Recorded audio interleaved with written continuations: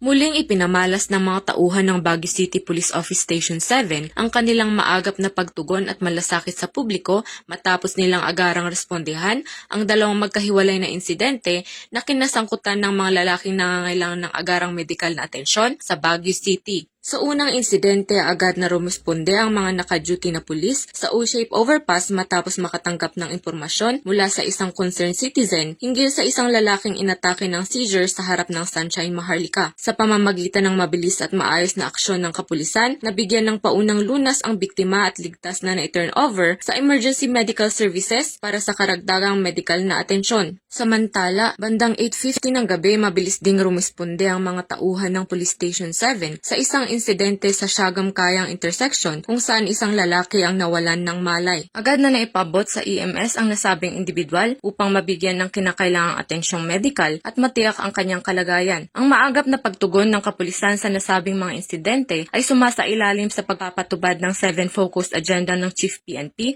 particular sa pagsusulong ng community engagement, public safety at mas pinaigting na police responsiveness upang matiyak ang kaligtasan at kapakanan ng mamamayan. Patuloy na pinatutunayan ng kapulisan ang kanilang kahandaan, dedigasyon at malasakit sa pagbibigay ng mabilis at maaasahang serbisyo para sa bawat mamamayan. Mula dito sa reyon ng Cordillera, ako ang inyong PNN correspondent, Patrolwoman Grace Bulangan, alagad ng batas, tagataguyod ng Balitang Pulis.